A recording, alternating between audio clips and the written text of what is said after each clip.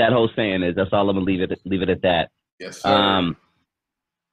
Now, let's talk about Bangin' on Wax really quick, the album, because we unfortunately just lost Red Rum 781. I'm not sure if you're familiar with him, but he was one of the people who was responsible for bringing the Bloods side of the Bangin' on Wax segment. And Tweety Bird and Sin Loke and people like that were responsible for bringing the Crip side. But we just lost him at a very young age, 49, 50. Talk to me about what you remember about Bangin' on Wax coming out, and if you thought it was, or if you even thought it was an important time in hip hop. And also, maybe you can kind of incorporate health into that, because we're dropping like flies. 49 is very young, and seems like people of color die a lot younger than everyone else. The food we eat and stuff like that. Man, and I'm not saying that's what happened, but in regards to health first, I tell cats all the time, you can't live on an all Hennessy and weed diet and McDonald's diet. It ain't gonna work, man. Your body can reject that shit. Okay. People sometimes brothers get so caught up in what appears to be cool, they forget what's smart. Okay. And drinking some water is smart as a motherfucker. Eating some vegetables is smart than a motherfucker. Not drinking and smoking all day long is smart as a motherfucker. Because, dude, I'm 64. I'll be 65 next year, okay? And I learned at an early age, leave that shit the fuck alone. I did all the smoking, and I did some snorting, I did all kind of shit. But I started seeing cats above me fall the fuck off and just strokes and heart attacks. The best mistakes to learn from are somebody else's, man. The best mistakes to learn from are somebody else's. And that's what I'm thinking. That's what I'm seeing. Cats are not paying attention, man. Everybody think they can do it their way, smarter than the guy before them, and it won't happen to them. Bullshit. Whether it be drugs, whether it be health, whatever the case may be, all that shit right there, man, is relevant. Plus, the fact that most of us live in a food desert, which means you don't have no whole foods where you got some good vegetables, or the meat is right. This shit, a lot of shit in our hood is secondary, man. But even if you eating that shit, if you prepare it right, or don't fry it all the goddamn time, or don't be afraid to put something green on your plate other than a napkin, shit. And this kind of shit, man. I got a buddy of mine, love him to death. Talking the other day, blood pressure high as a motherfucker. But, dude, you're in the hospital because your blood pressure is high. Do you realize that ain't no motherfucking joke? My stomach is kind of as big as it's supposed to be, but his shit is hanging the fuck over. He's much younger than me, okay? And that's the part cats ain't paying no attention. You think because you got the big-ass shirts that you can do what you want to do, and it ain't going to have no effect on you because you're young. And it's not about fat shaming, man. This is the part I was telling everybody about today. It's not about fat shaming, man. Even with girls like Lizzo. Not about fat shaming. It's about health wisening. Okay, you got to wisen up for your health. Not about fat. Fuck the vanity part. Fuck the vanity part. What about the health? Because you can't carry that kind of weight for a long period of time and not have an effect on your body, your heart, your joints, your bones. All that shit has an effect on all that shit, man. Especially if you're doing it for a long period of time. And, you got guys smoke cigarettes and weed. And drinking nothing but sodas and Hennessy and alcohol and beer. And nigga don't know what a bottle of water look like. Okay? And then you wonder why motherfuckers in the hospital, and start losing limbs and shit, man, at an early age. Dude, that ain't no joke, man. That's not a fucking joke. And that's the part, as a grown man, that's why I speak about prostate cancer. All the cats that I grew up with, they in prostate cancer range right now. Learn from my mistake. I learned from somebody else. Somebody else told me about prostate cancer. I didn't think I'd ever had no shit like that. And I did. But because I got checked early, I survived it. I could talk about it. But all the homies behind me, all the sound control mobs, all the CMWs, all them cats is in prime prostate cancer age. And if nobody don't pay no attention, man, you must run there and find yourself on the news or on TMZ. You hear about so-and-so? You know, and it don't take, but you know, it don't take a lot to make a difference in your life. Yeah, man. And Bangin On Wax, when I first heard about that, but Bangin On Wax came out, man, this shit was serious. 93. It was about as bad as it gets. I think we had 2,400 homicides that year. That shit was hot. That shit was hot. And I knew the guy who made the record. I forgot his name, but I knew him. And Ronald something. Yeah. And I've Ronnie Ron. Ronnie Ron was it was something else. I'll find it. Keep going. Anyway, I interviewed my boy Mike Frankie. Mike Frankie was the engineer for Bangin On Wax, and he came on my show, and we had sit here and talked about Bangin On Wax. He says, "Man, I swear, Bangin On Wax was cursed." Okay, most of the people on Bangin On Wax are dead. Okay, he said some cats died before the record even came out. Okay, I also interviewed another brother, good dude, that was affiliated with Bangin On Wax Clue. So I interviewed him, and a couple of minutes later, a few months later, he was dead on a motorcycle accident. Yep. So, you know, I'm not saying it was a bad project, but there's sometimes some shit you just don't do, and all money ain't fucking good money. And that's the part I'm trying to stress on this goddamn podcast, man. All that shit, you know, oh man, dude, Unknown tried his best to get me to do some shit like that. Some banging and slanging. Nigga, I ain't fucking with that. I don't do that. I did try the Flaming album. I did one album. I'll never do it again. Okay? Most of the guys in the Flaming album are gone. Only guy I know on the Flaming album is still around, I think it's June Dog is still around. Yeah. Big June is still there. Okay. But he may know the other guys. He's the only one that I see on a regular basis on Facebook. The rest of them I haven't seen in decades. But I do know quite a few of them are gone. So it just, man, you know, it's just sometimes you just don't want to put yourself under that light, man. It's just, you know, it is what it is, man.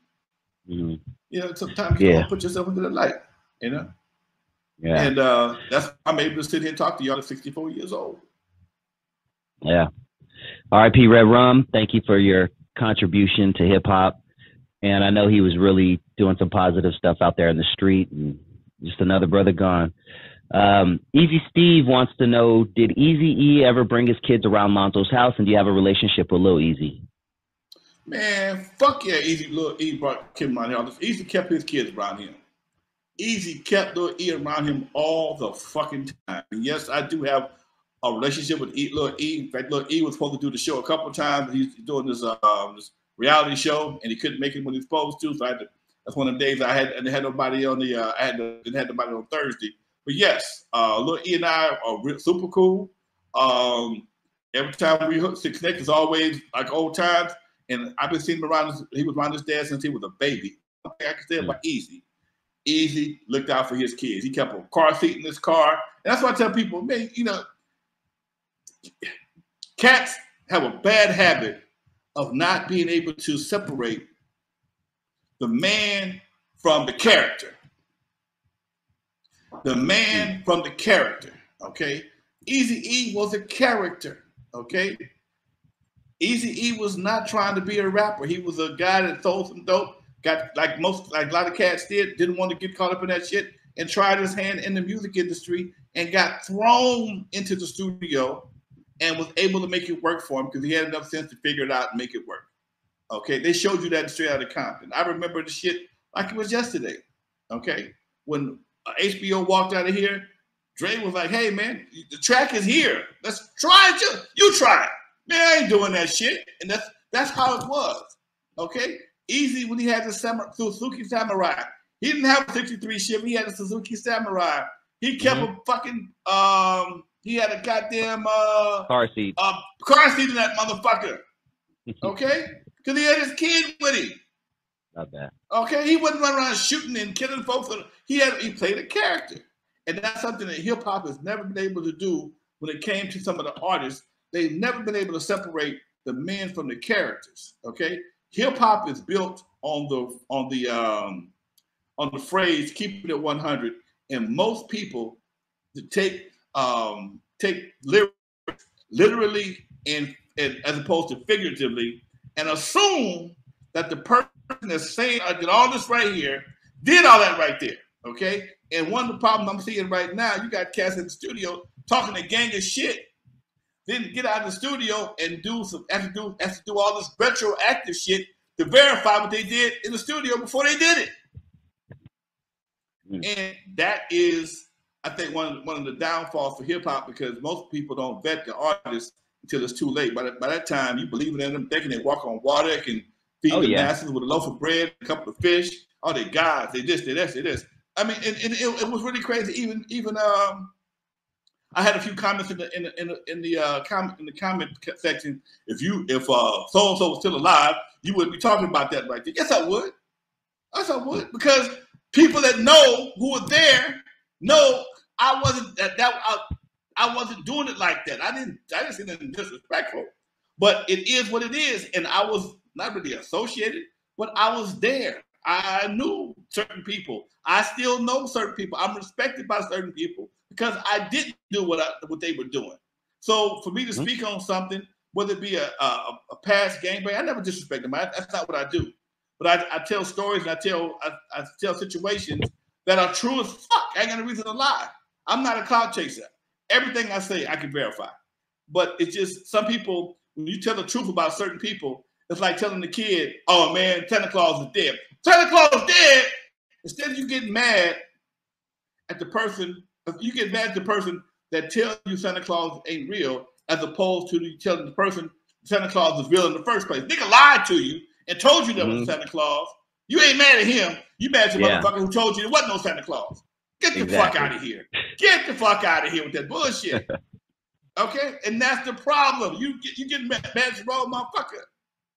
You don't get mad at the girl. You don't get mad at the girlfriend who gave the ass away. You get mad at the nigga who fucked her. What you mad at him for? Why you mad at him? It wasn't rape. You mad at the wrong person. So that's just some real man shit, man. Come on, Doc. Man, that's facts, Lonzo.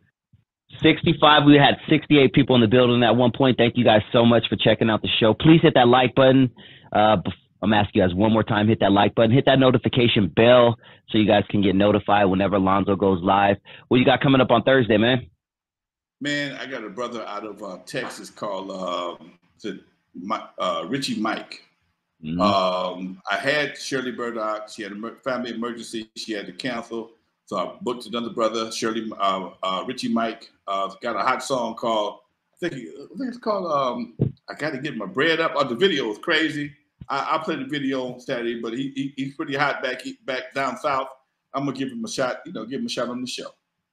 Yeah. Talk a little Texas hip hop, maybe get into his life and see, what made him get to where he is today.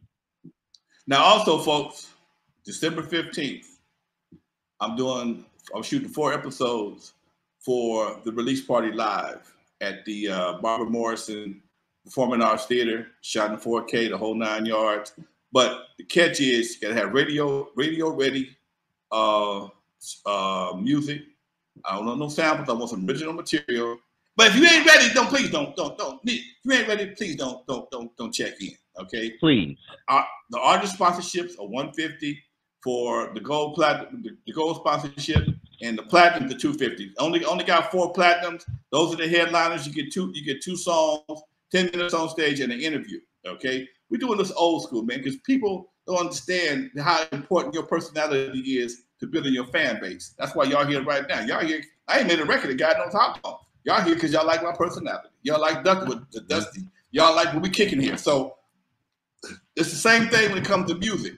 Yes, your music, your content is one thing, but what's your background? What's your message? What you bringing to the table? And sometimes when people hear an interview, because they can find something to relate to a person with, he was in foster care, he's from a certain area, or he's in a fraternity like me, or he was a Boy Scout, whatever the case may be, okay?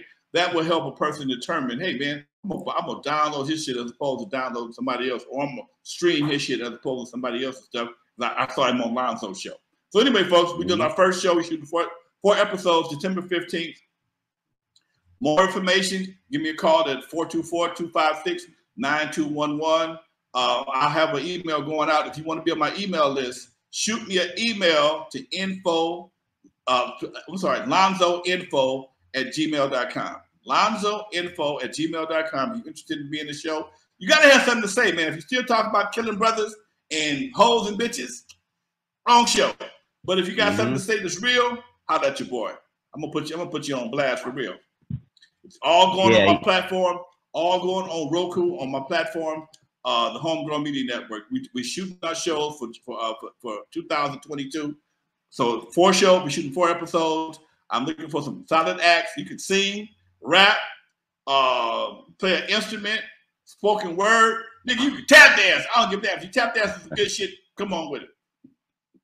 Love that shit, man. I love that. I love what you're doing. I love that you're reaching out to the people who are out there trying to do what you were doing 40 whatever plus years ago. It's a different game now, and you need people to help you. Get to that next level. So that's dope that you're doing that. Thank you, Doc. I appreciate it. And you know what my next thing is, man? People think that some people think that what I did back in the day was luck. It wasn't luck. I put myself in position for that. Hell I'm no. gonna put myself in position again. I'm gonna put myself in position again. Somebody is gonna be on my flow chart. Somebody is gonna get added to my flow chart. You watch, okay? And my next thing is I get tired of doing interviews about the same shit. Okay, how was Dre? How was Cube? How was he? Oh my God, they cool. God damn it, I got some other shit to talk about too. Yep. All right. Let's do it, man. I'm looking forward to 2022, my man. It's good, right around the corner. All right, man. There you go. The floor is yours, man. All right, folks. Here's how we do it. Much love, Dusty. Much love, my man. From the West Coast to the East Coast and everything between, folks. From Eve After Dark to concerts in the park. This is your boy Lonzo, the Godfather, West Coast hip hop, and we do it like this every Tuesday and Thursday. See you in a couple of days, folks. We out of here, y'all. Peace.